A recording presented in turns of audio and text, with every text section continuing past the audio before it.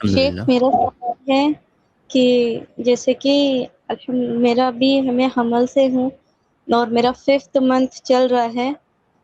اس طریقے سے ابھی مطلب سامنے والا نہیں معلوم کر سکتا کہ مطلب میں حمل سے ہوں، لیکن جب میں نماز پڑھتی ہوں تو مجھے شدید تکلیف ہوتی ہے۔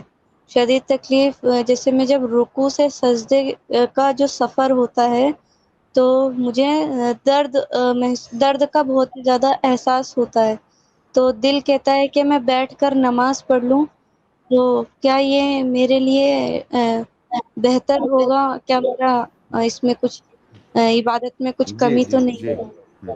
بہت اچھا سوال بہن۔ یہ پریشانی کئی ساری عورتوں کو ہوتی ہے حمل کے دوران۔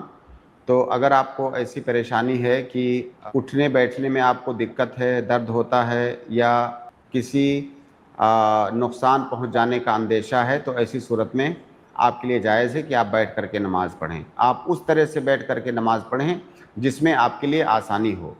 تو اگر آپ کے لیے کھڑے ہونے میں یا رکوع سے پھر سجدے کا جو سفر ہے، اٹھنے بیٹھنے میں آپ کو تکلیف ہو رہی ہے، پریشانی ہو رہی ہے، تو آپ کے لیے بلا شبہ جائز ہے کہ آپ بیٹھ کر کے نماز پڑھیں، اور اس طرح سے بیٹھ کے پڑھیں جس میں آپ کو آسانی ہو۔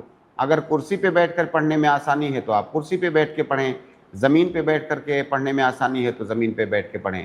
انشاءاللہ اس میں کوئی حرج کی بات نہیں ہے۔ اللہ کے نبی صلی اللہ علیہ وسلم کی جو حدیث ہے، صلی قائما فإن لم تستطع فقائدا فإن لم تستطع فعلى جنب، کھڑے ہو کر نماز پڑھو، استطاعت نہیں رکھتے تو بیٹھ کے پڑھو، اس کی استطاعت نہیں رکھتے تو لیٹ کر کے پڑھو۔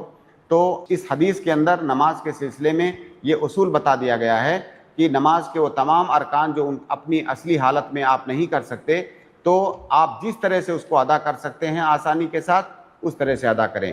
تو اگر آپ کو یہ دقت ہے تو آپ بیٹھ کر کے پڑھ سکتے ہیں، انشاءاللہ کوئی حرج کی بات نہیں۔ جی جی انشاءاللہ۔